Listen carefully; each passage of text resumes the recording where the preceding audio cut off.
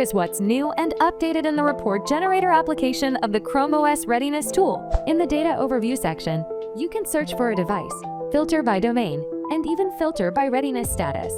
Relevant devices for each filtration appear clearly in each category. The Data Insight section provides a graphical view of devices and their statuses, along with the most used applications across the organization.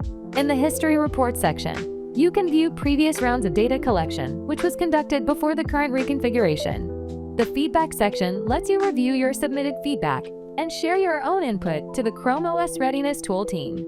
The new and updated Report Generator application of the ChromeOS Readiness tool, making data exploration and insights simpler, clearer, and more powerful.